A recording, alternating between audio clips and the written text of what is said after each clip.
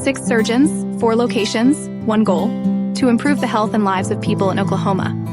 At Oral and Maxillofacial Associates, we treat every patient like family. As the preferred dental implant and oral surgery specialist of the Oklahoma City Thunder, and with over 30 years of service to our community, we are trusted by professionals and dedicated to expert care.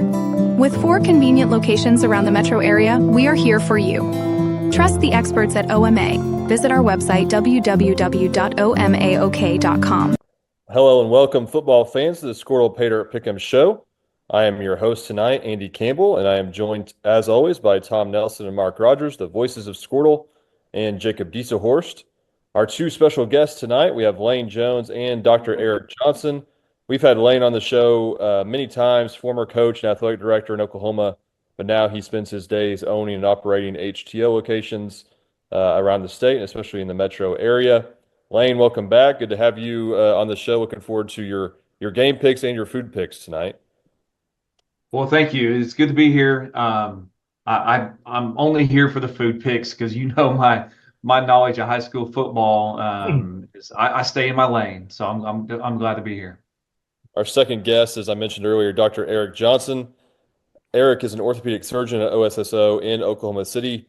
Eric is a 2006 graduate of OCS High School and spent his high school days passing to a ball named Blake Griffin, who went on to have a decent career in college and the NBA. So, Eric, Dr. Johnson, good to have you on the show. Welcome. Looking forward to getting your picks tonight. We have 2 Skordle games of the week this week. Eric's OCS squad will be at Chisholm, and Hilldale will be at Salisal in our second game of the week. We'll be talking about those in just a few minutes. We're going to discuss our 8 network games that will be free to watch on the Skordle Network for the best out-of-network games in the state this week. And so let's go ahead and get started. We'll go to Pick'em game number 1. We're going to start the show in Class 3A District 1 with Pauls Valley traveling to Kingfisher to take on the Yellow Jackets. Pauls Valley has really struggled offensively this season, scoring only 13 points total in its 3 games played thus far. Kingfisher is 2-1 overall, with this only loss coming in overtime at Weatherford in early September. Mark Rogers, kick us off. Pauls Valley lost a lot of good players. They have Caden Knighton is getting some playing time for Baylor as a true freshman. Jack Grimmett is at Purdue. He's out with rehabbing a little bit of an injury there, and so Pauls Valley had never beaten Kingfisher before last year. Kingfisher lost last year 43-40. This game's at Kingfisher, and I think the Jackets get some revenge on the Panthers here and open up district play with a win. It's been kind of a rough start for new Pauls Valley coach Mason Anthony. He was the offensive line coach at Choctaw before he took over at Pauls Valley. 0-3, as you mentioned. They've scored just 13 points in 3 games. Good teams they played, though. Lindsay, Davis, and Weatherford. So good competition. Kingfisher has won their last 2. They hammered Bridge Creek last week 45-12. As we said, a great game a year ago. Pauls Valley 43-40 in a shootout. And I'm going to take Kingfisher to get a little payback this year. Lane Jones, let's go to you. Well, starting with football, we got to go with Kingfisher. The Yellow Jackets are going to be the team to beat, and they're playing at home. For the food pick, I do this based on the traveling team, where they're coming from. So I'm looking at the route from Pauls Valley to Kingfisher. If I was somebody from Pauls Valley, there's plenty of good places in Kingfisher, but one place I've been craving lately, if you take 152, like you can bypass by the airport, go on north on Council just a little bit, a little Mexican place called Tacos Don Nacho, get the Rico plate, bring plenty of napkins and plenty of Rolaids because you're going to need it. That's the food pick for that trip. I like it. Dr. Johnson, let's go to you. Yeah, please call me Eric. It's after hours. I got a backwards hat on. I'm definitely not in doctor mode right now. Yeah, I mean, I think I'm going to go chalk. I think I'm going to go Kingfisher. One of my partners is a Kingfisher alum, played football and baseball there, so I think I'd never get the end of it if I didn't pick them. Jacob Diesehorst, Pauls Valley at Kingfisher. Hey, district season is finally here, and we got matchups now that have a lot more on the line.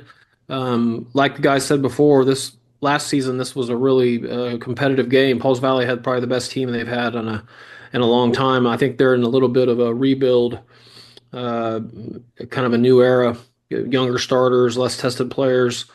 who might show some cracks, especially traveling on the road to Kingfisher, who's got a senior quarterback and Jet Birdwell, and talented skill players, Brett Calametto, kind of a Swiss Army knife guy.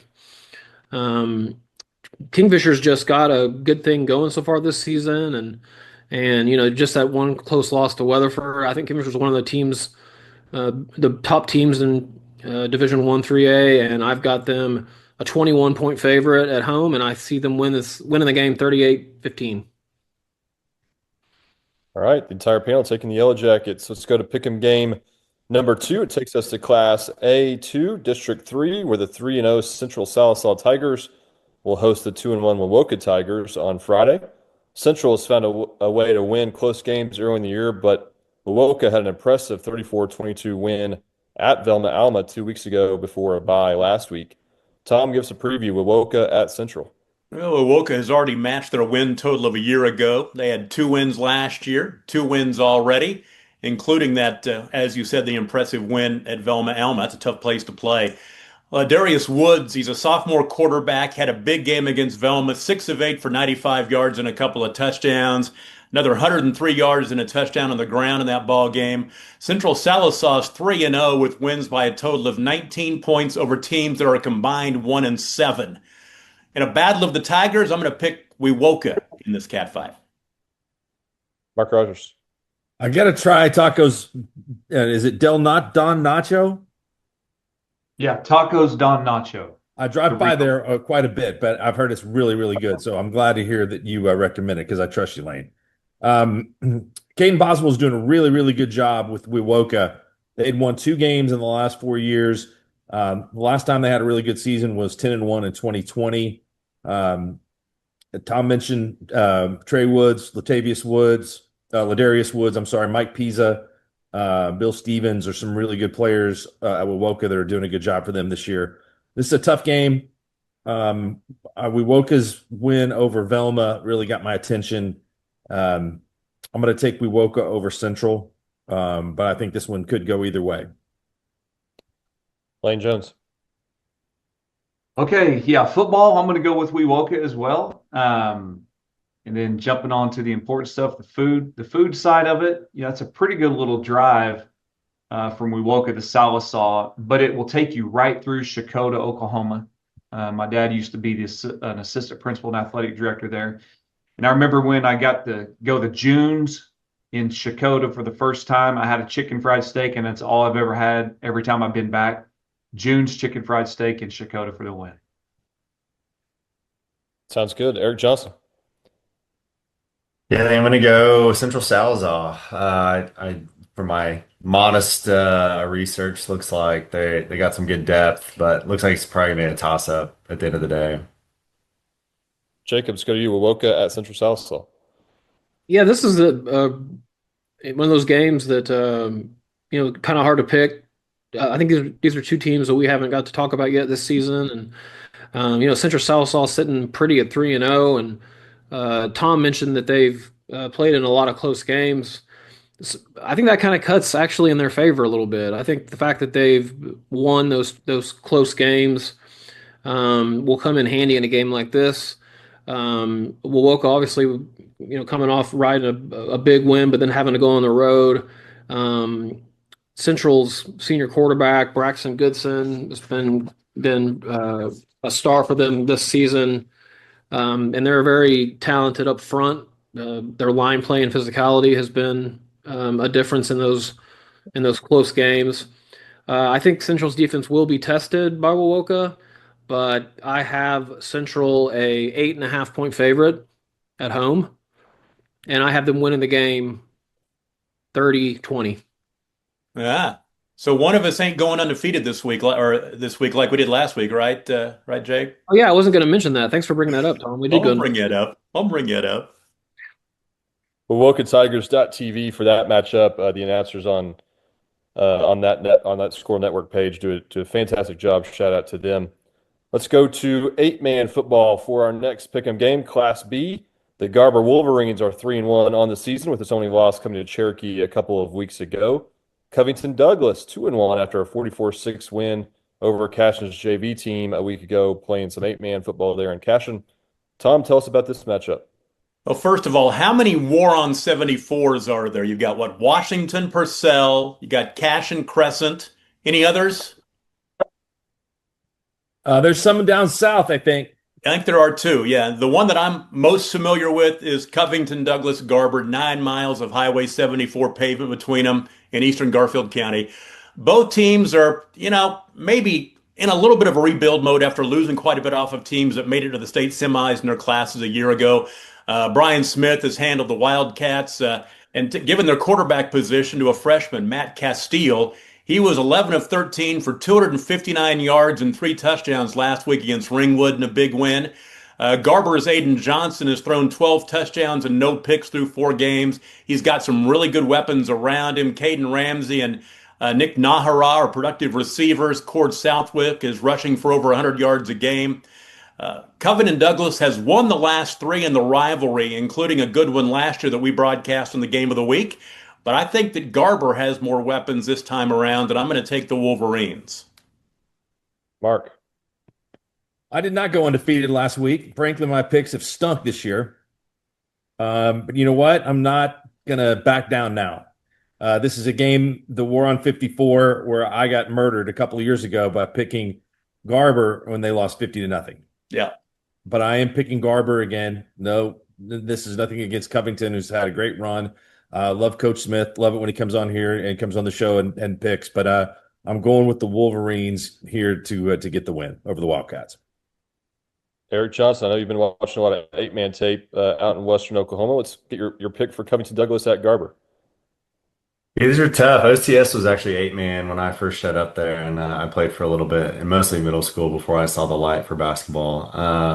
It's crazy because these games can get out of hand really quick with the scores. I think I'm gonna have to go Garber. I don't really have a great reason behind it, but I think I'm gonna favor them a little bit. It's funny, Eric says that, and you look at our Game of the Week last week, we thought it was going to be so good. Wacombas and Okeen beats them 53-8. So, yeah. We were done by halftime. It did get out of hand, just not both ways. Yeah. Eric taking the Wolverines. Lane Jones, let's go to you. Yeah, I mean, 74. There's a lot of good basketball being played up and down 74 as well. That's the house that Dusty Torrey built, and Will Jones added on to it. But you got Cub Doug, Garwatt, Dikla. I mean, I'm going to take Garber in this one right here. Here's the dilemma though. There's 9 miles between the two towns. So I don't know what you do for food. Did the Dairy Suite open back up? I don't know if that Sonic ever got built by that guy who said he was going to build it. 15, Dairy 20 Suite. years ago. Dairy Suite is open, but I believe they closed. They're closing up at the end of the month for the season. But they got good burgers there. They reopened last year. Pretty much all you've got is that Jiffy Trip right there at the corner by the football stadium in Garber. That's pretty much it. Whatever's in the roller there, Yeah, those burritos there are pretty good in a pinch at about 11:30 at night. But yeah, Maybe go pinching for something Dairy after Suite that. for the win. Garber with the football, Dairy Suite for the food. Hey, Wayne, I don't know if you had a chance to read it, but Coach Hardaway did publish a food blog today regarding his trip to the state fair last week. He was also on Mark's show on the Sports Animal Thursday or Friday, I believe, talking about how he devoured 3 poncho dogs. So any comment? I don't know if you've had a chance to even read Coach Hardaway's blog yet. So I haven't read his blog, but I did listen to him, and it's Hardaway. He's experienced. He knows what he's doing. You can tell, looking at him, he looks better now, but he's got the food. The guy can write too. How about that? That's impressive. He's pretty talented. But yeah, his food picks are always money. So just listen to whatever he says as well. I do have some intelligence telling me the Dairy Suite is still open in Covington. So Okay. There we go. Yeah. Cub Doug at Garber, Jacob D. Sourced. Hardaway also had a pretty sweet baby hook and scoop shot. Yep. Between him and Devin Nightingale, two guys with the best hands, big guys in high school basketball in North Oklahoma. The fact that Adam got to be their point guard doesn't even seem fair, and that Matt got to shoot 23s a game. Garber, Cov Doug, man, this is a great rivalry every year. I feel like you're picking one way or the other every year as one of the teams is, demonstrably better than the other, but I don't think that's the case this season. I think these are pretty two even teams. Um, Rivalry game, district game, lots on the line. Tom mentioned, Aiden Johnson, Caden Ramsey, Garber's talented skill players. Covington Douglas has Grayson Marler, the running back, who's averaging over 100 yards a game. And then they have Cooper Wheeler, who's averaging over 10 tackles a game. And so this game's going to come down to turnovers. I think who protects the ball, who doesn't. I expect a high scoring game. I got Garber a 6.5 point favorite at home. And I think Garber squeaks out a win in this rivalry this year, 34-30. But just barely. Cub Dug with a backdoor cover. Two Skordle Network schools in that matchup. Love both of those towns and those fans. Skordle.tv, Skordle app, cdwildcats.tv, garberwolverines.tv. Watch that matchup for free. It's got a pick'em game number 4. The Chandler Lions had an impressive 32-7 win over 4A Clinton last week. The Lions will have another tough test this week, traveling to Tahlequah to take on the Sequoia Indians. Sequoia 3-0 on the year and have put up big offensive numbers in each game thus far. Mark, who wins in Tahlequah on Friday? Well, I can't get a Chandler game right. I picked against them last week. They embarrassed me. I chewed out Lugnut on this on Saturday because he rope-a-dope me and told me they weren't going to be very good this year. They don't have very many players out. So, the natural tendency for me would be to try to backtrack and pick Chandler this week just to atone for the poor picks that I made last week. But not so fast. That's not what's happening. I'm going to go with Sequoia here.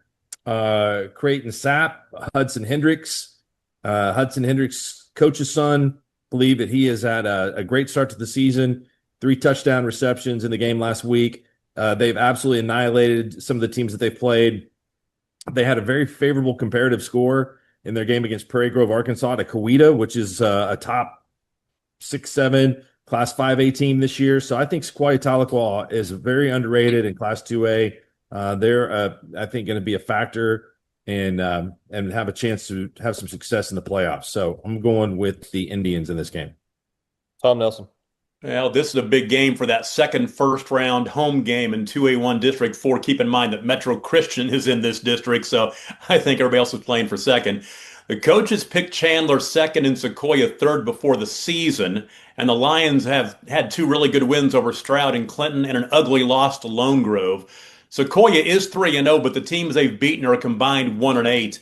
The Lions will have to contain the passing game. Creighton Sapp has thrown for over 250 yards a game and tossed 5 touchdown passes against Keys last week, and I think they will contain him. Chandler made me look good last week, and I'm going to ride at the Lions again this week. LJ. I'm going to go with I'm going with Sequoia in this game, and I feel that. I listen to Tom and Mark right there, and after hearing that, I'm going with Sequoia. So food-wise, I know it's a little south of town, but if you're coming from Chandler, go all the way into Tahlequah. You can't go wrong with Salmonella's. Any of the pizzas, that's all I've ever had there. Don't let the name fool you. The pizzas That's a tough are name. legit. That's a tough name. Salmonella's for the win. All right, we'll take your word for that on that one, Lane. Let's go to you, Eric. Yeah, I think I'm gonna go Sequoia. Seems like even though their opponents may have not been the highest regard, they're just putting up a ton of points. I think I'm gonna go with that and keep their hot offense going. Jacob Easthorst. Yeah, this is if you go to Salmonella, make sure you take your Tylenol before you go. But this is going to be a great game. I promised myself before tonight's show I was not going to let lug nuts or a hang over me and cloud me from making an objective pick in this game. But last week I picked Chandler because of Lugnut and they won. So now I'm confused. Should I trust my instincts or should I bend to the pressure? It's a hard decision. But I did my research. Aiden Armand Trout, the senior running back, outside linebacker for Sequoia Tahlequah. Hudson Hendricks, who was mentioned already. And then a couple of sophomore running backs, Shaston Duncan and Ridge Black Bear. Just a lot of talent on that Sequoia Tahlequah side. Chandler didn't look so good when they went on the road to Lone Grove a few weeks ago, and I think home field is going to be a difference in this game too. I've got Sequoia Tahlequah, a 5.5 point favorite at home, and I think they actually win the game going away late, 35-21. Tom's on an island again. Here we go. Yeah, I do that. The Prairie Grove team that Sequoia beat earlier this year, they lost by 1 point to a team that beat Edmond North at the beginning of the season, and they lost to Coweta. So they've got some experience transit property wise against Oklahoma teams. So I just think that Sequoia is a school that has players come in and come and go. This is a group that's been kind of building for the last couple of years. I think this is going to be a really good team this year. So we'll see. Chandler's proven resilient so far this season. It was that loss at Lone Grove is a little bit. It doesn't kind of fit with the other two wins. So we'll see what happens on Friday. Skordle.tv, ChandlerLions.tv for that matchup. All right, we're halfway done with our network games. Just got to pick 'em game number 5. Back to 8-man football in Class B as OBA travels to Waukomis to take on the Chiefs. OBA 2-1 on the season after a 16-6 win over Geary last week. Waukomis in that game that Tom called also 2-1, but really struggled at O'Keene a week ago in the loss to the Whippets. Tom, you got to watch them up close and in person last week. Tell us about this matchup. Yeah, well, Waukomis is a much better team than they showed last week. Sometimes in 8-man football, this happens where team gets on a roll and the snowball rolls downhill. That's kind of what happened in this ball game. Waukomis had over 200 yards of offense in that first half against the Whippets, but they turned the ball over 4 times. I mean, they just had a couple of decent drives that were thwarted by turnovers, and O'Keene turned them into points. Ethan Bruggeman, he's a good back, had about 100 yards rushing in the half. He's averaging 13 yards a carry on the season. He's a good back. OBA has a couple of wins, including one over a Savannah team that in their next game beat Wilson Henrietta 88-84. Of course, Wilson Henrietta really good a year ago and picked to be pretty good this year. OBA might be a little better than I thought they were going to be, but I think the Chiefs are going to be fired up for this one after last week, and they're playing at home. So give me Waukomis in this one. Mark. Yeah, I'll go with Waukomis also. That was a tough test last week. And again, we're talking about how good Class B Division II is this year. It's loaded with a bunch of good teams. It'll be fun to see what happens in the playoffs there. But I'll go with Waukomis over OBA. Eric Johnson, OBA at Waukomis. Yeah, I think I'm gonna keep the trend going, go with the home team, Waukomis at home. Eric, taking the Chiefs. Lane Jones, let's go to you. Yeah, I'm going to take Waukomis as well. And this is 2 Enid area games that are on this list, so I have to go with 2 food choices. Friend of mine, Steve DeGraffenreid, who's owner of Boomerang Diner, I know they opened one up in Enid recently.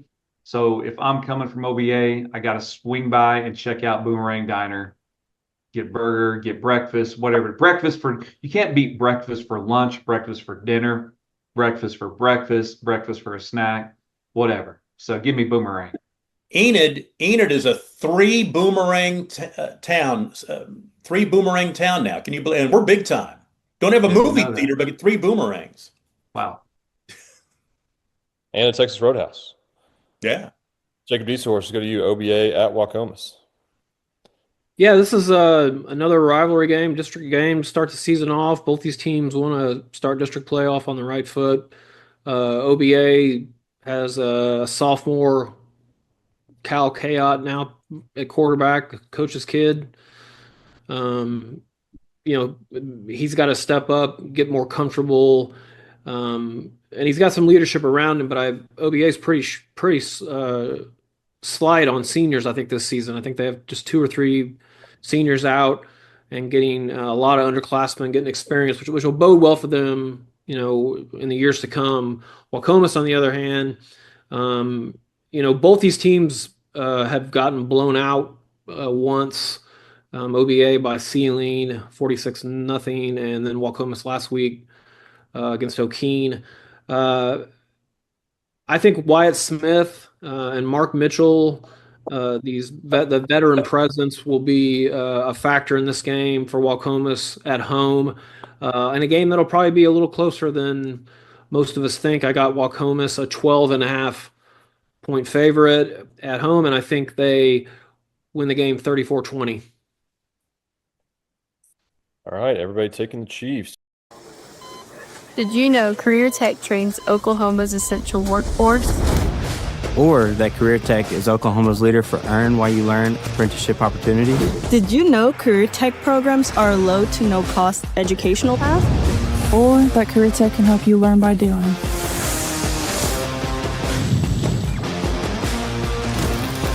So when Oklahoma needs us, we'll be ready.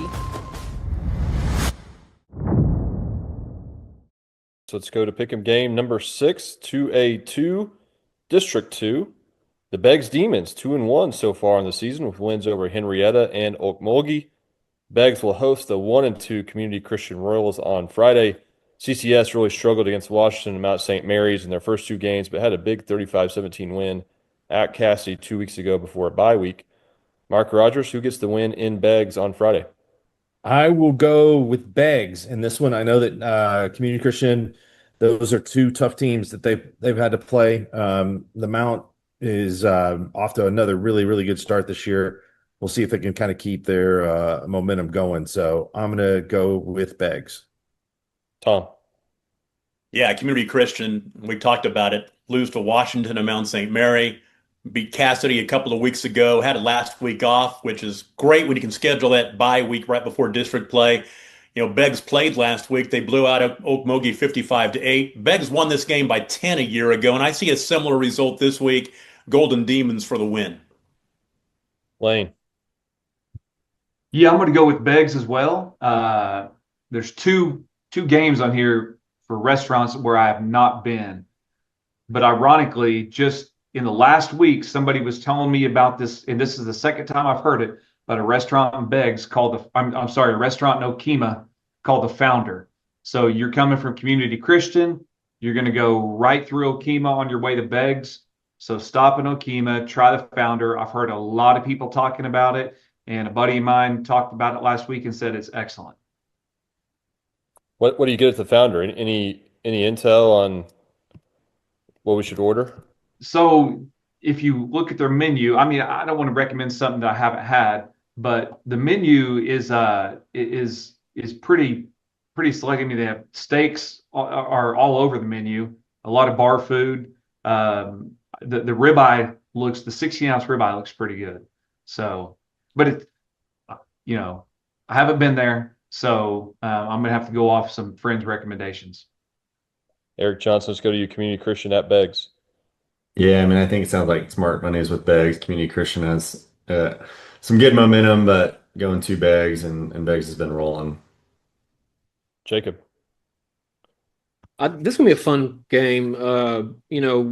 This is one of those district games that early in the season, but it's gonna have big consequences for late in the season and playoff seeding.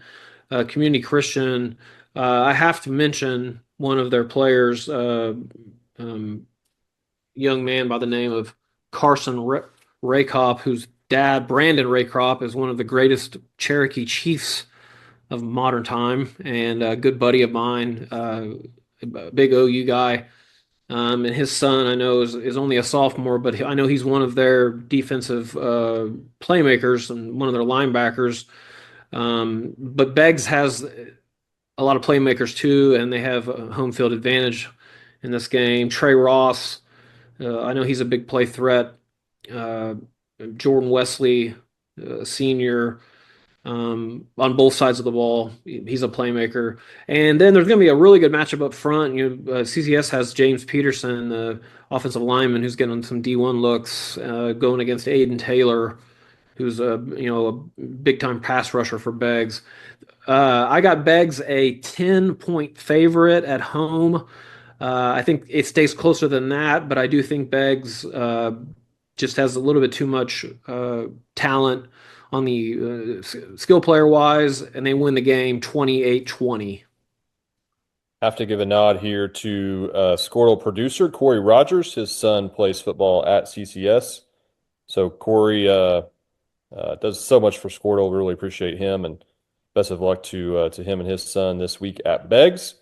All right, let's talk about our first Skordle game of the week as we go to Class 4A District 4. The Sallisaw Black Diamonds are 2-1 on the year after a big 57-19 win over Eufaula a week ago, which we talked about on the show last week. The Hilldale Comets have dropped their last two games to Fort Gibson and Claremore after an opening week win over Edison Prep. Hilldale will travel about 50 miles or so to take from Muskogee to Sallisaw to take on Coach Tyler's team. Mark, I believe you are calling this game. Is that correct? That is correct. Preview. That is correct. I like Sallisaw in the game. The only loss for Sallisaw this year was to a really good Pryor team in the season opener. Hilldale's losses are quality losses to two good teams. Fort Gibson's got a good squad this year too. So 4A4 it's the toughest district in Class 4A this year. I think after you get past Tuttle and Elgin, and I think it's Tuttle then Elgin in that order, then I think the next best teams are all in Class 4A4, the top four: Poto, Ada, Sallisaw, Broken Bow. So it's going to be and Hilldale's right there too. So this will be a good game, but I'm going to go with Sallisaw. Who's in the booth with you on Friday, Mark? That's a good question. Who's in the booth? Maybe you need Lane Jones, or get somebody over there with you. I assume there'll be somebody with me in the booth. I'm not sure though. All right, let's go to Tom Nelson, Hilldale at Sallisaw. Yeah, this district is super competitive. Probably going to be a pretty good team that misses the playoffs. You've got Ada, Sallisaw, Broken Bow, and Poto have all been ranked in the Oklahomans' top 10 poll in the past couple of weeks. What I'm saying is every game counts. We all picked Sallisaw to roll over Eufaula last week, and they did. Hilldale can put points on the board, but they have a hard time stopping anybody. The last 2 weeks, they've lost at Fort Gibson 37-28, lost to Claremore 39-33. Sallisaw's Jackson Harris's eyes are lighting up. I think he's going to run around over and through the Hornets, and Sallisaw gets the win. Mark, I'm told you have Sean Meek with you on Friday. Oh, very good. Outstanding. Right, let's go to you, Eric Johnson, Hilldale at Sallisaw. Yeah, admittedly don't know a ton about these schools, so I think I'm going to err on the side of picking the home team and the team with a little bit more momentum and firepower. Taking the Black Diamonds, let's go to you, Lane Jones. Yeah, I'm going to go with Sallisaw as well. Food-wise, you'll be going right through. If you're coming from Hilldale, you'll be going through Muskogee. One of the first barbecue places I ate at in Muskogee a long time ago was Runt's, and people still talk about Runt's to this day. So stop in at Runt's, get you some good old Eastern Oklahoma barbecue. Jacob Desource. This is gonna be a really good football game. Hilldale, don't let their record fool you. 1-2. You know, those are two losses to Fort Gibson and Claremore. Those were really close, high-scoring games that could have gone either way. And then they had a really good one over Tulsa Edison. Sallisaw hadn't had any trouble putting up points. Hilldale has had a little bit of trouble stopping people, and that's kind of a recipe for not good barbecue, so to speak, in Sallisaw this week for Hilldale out of Muskogee. I just think Sallisaw is just a little bit more experienced team, a better team, stronger on both sides of the ball. I have them an 8-point favorite at home, and I see this game a push, but Sallisaw winning 28-20. Everyone taking Brandon Tyler's Sallisaw Black Diamonds to win on the panel tonight. Let's go to our second Skordle game of the week. This is a big game to open district play in Class 2A1. District 1, Oklahoma Christian 3-0 on the year and is yet to give up a point after 3 dominant shutout wins over CHA, Cassidy, and Crossings.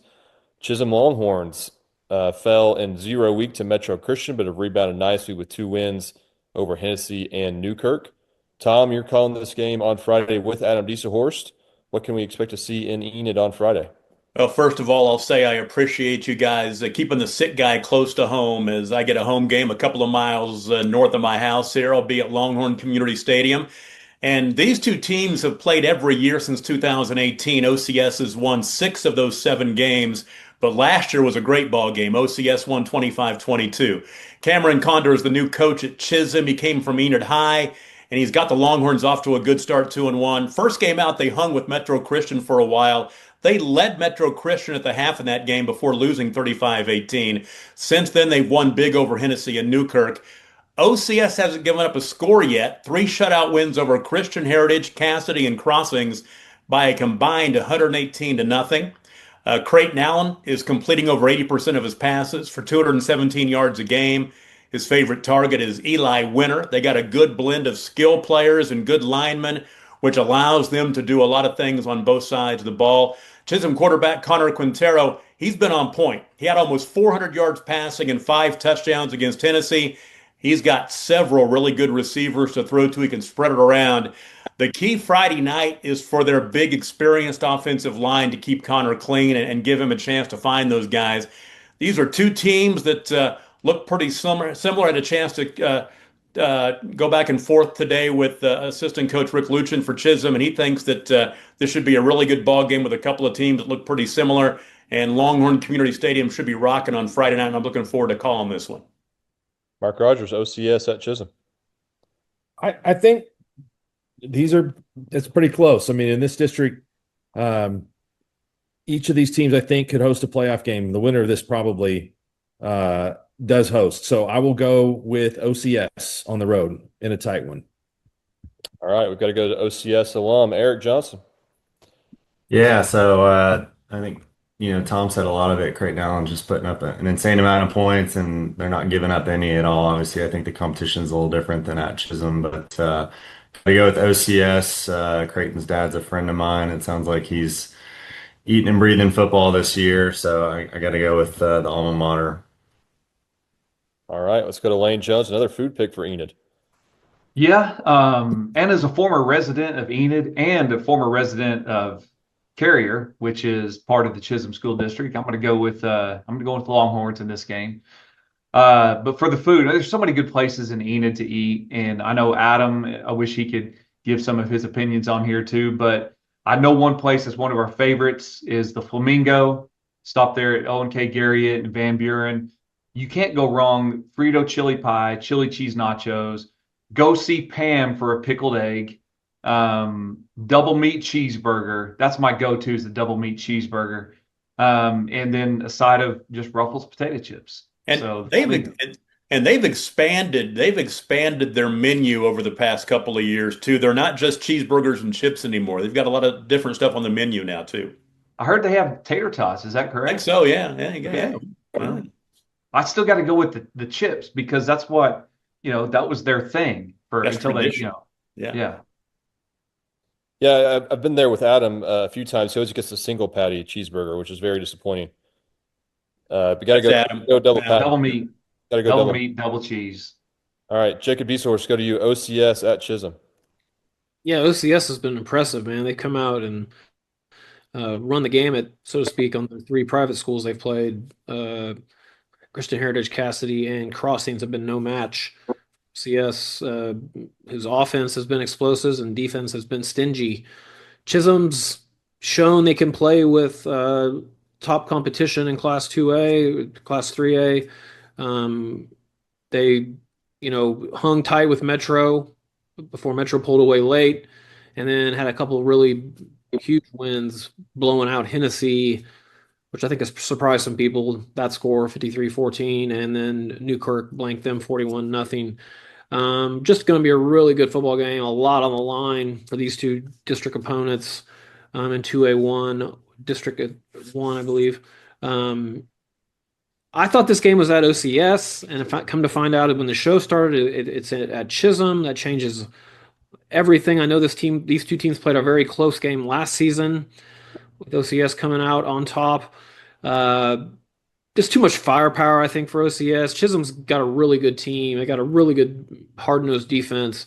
It'll be close at halftime, probably tied, but I got OCS an 8-point favorite on the road at Chisholm, and I think they pull away late, 34-21. Maybe next year I'll get more than 20, 30 miles away from Enid, hopefully.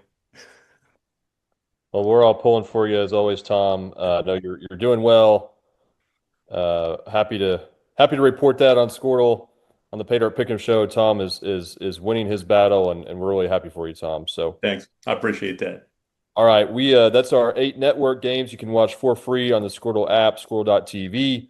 We're going to quickly rapid fire discuss 4 of the non-Skordle network games in the state of Oklahoma this week. Cannot watch these games on Skordle, but these will be really good matchups. Let's start with probably the biggest game in the state this week, Bixby at Jinx. Mark? Jinx has beaten Bixby a couple of times. They had the big stunner and ended their long winning streak, but I'm going to go with Bixby here. It'll be a good game. And Bixby's just been so tough this year, but both these teams are have a chance to meet again somewhere down the line. So I'm going to go with Bixby. Tom?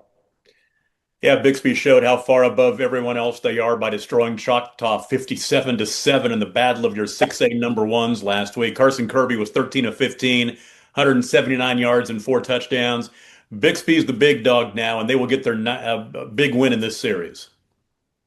Eric Johnson? Yeah, I think both obviously impressive teams. Probably gonna go pretty far this year, but I think Bixby edges it out. Lane Jones? Yeah, I got to go with the Spartans as well. So give me Bixby, Savastanos and Bixby on the east side of the road. Got to stop and get some pizza there. Big Cubs fans there at Savastanos, so really appreciate that. I know Mark likes to get some pizza there and watch the Cubs game that's on. So yeah, big Savastanos fan. Jacob Esource, go to you. Bixby at Jinx. Man, Bixby on paper just looks unbeatable, don't they? The computer rankings make them over a 2 touchdown favorite in this game. I just don't see it that way. Jinx, just battle tested. They won 2 slugfests, one against Owasso, one against Union last week, 48-30. They've showed they can win high scoring games, low scoring games. They better be ready to play another high scoring game this week because Bixby has firepower. This was such a hard game to pick. I had to ask my friend MJ, my AI friend, who he thought would win. And he picked Jinx 31-28 in a big upset because I got Bixby an 8-point favorite. And so, man, it's hard to go against my AI companion here. He may never give me a straight answer again as long as I live if I don't go along with him. So I'm picking Jinx in an upset, and I'm taking Jinx 31-28 just like MJ, my AI friend's pick. So, and plus, speaking from experience, Jinx has a better home field advantage than even OU does with the refs usually. How that fumble got overturned, I have no idea. And it wasn't just because I bet on Auburn, which I had him +7, so it pushed anyway, on a backdoor safety. I mean, give me a break. Anyhow, I think Bixby and Jinx could beat OSU, just to go full circle here. But I think Jinx wins this game, and then I could see a rematch in the state title when these 2 teams end up on opposite sides of the bracket.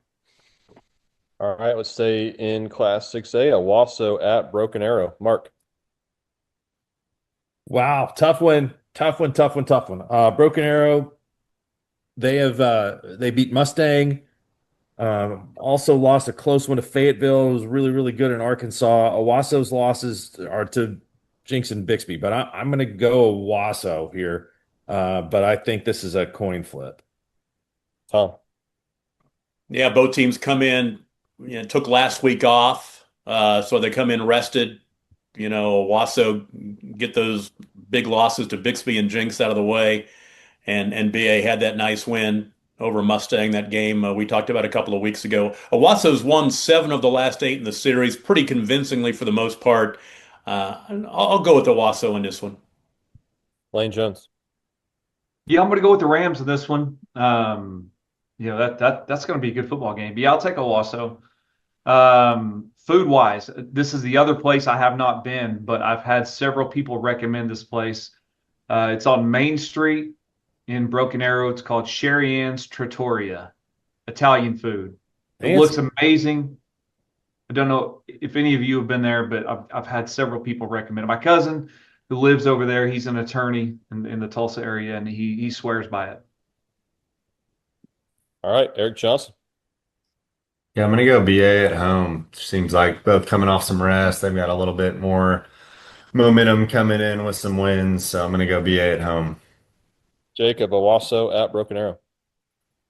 This is going to be a battle of the big boys up front. Taj Overton is probably the number one ranked player in Oklahoma, the defensive lineman for Owasso. He's going to have his hands full, though. BA's offensive line is their strength with J.J. Brashears, 6'4", 300, Caden Moody, 6'6", 300, and Tristan Silva, 6'5", 290. That's a pretty stout high school offensive line that Broken Arrows skill players like Octavian Robertson, for example, the junior running back gets to run on, and I think Overton's going to see a lot of double teams.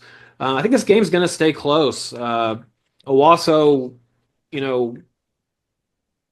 played Jinx close, 31-21. Man, hard game to pick, but I have to agree with Dr. Johnson on this. I'm taking BA to win in an upset because I've got Owasso a 6-point favorite on the road at Broken Arrow, but I picked Broken Arrow last week to beat Mustang, and is this game at Broken Arrow? Yeah. At Broken Arrow. That makes it easy. Broken Arrow in an upset, 31-30. All right, two more games to pick. We talked about Choctaw having that really tough matchup a week ago with Bixby. They are hosting Piedmont this week. Tom Nelson starts off Piedmont at Choctaw. A couple of teams that are licking their wounds. While Choctaw was getting hammered by Bixby, Piedmont was struggling to move the ball against Norman. They lost that game 37-7. This game was a shootout last year. They put up let's see, about 96 points. Choctaw won 56-40. I think Choctaw is going to get well this week. Mark. Yeah, it's been a tough schedule for Choctaw. So I think Choctaw wins, but Piedmont will have a chance to play pretty close. The Norman High team is very good. That's not a bad result last week for Piedmont to lose against this Norman High team. I've got ranked in the top 7 in Class 6A Division I. So I'm going to go with Choctaw, though. Eric Johnson, Piedmont at Choctaw. Yeah, a little bit of a homer pick with the proximity of the city. I think I'm going to go Piedmont, though. All right, Lane Jones.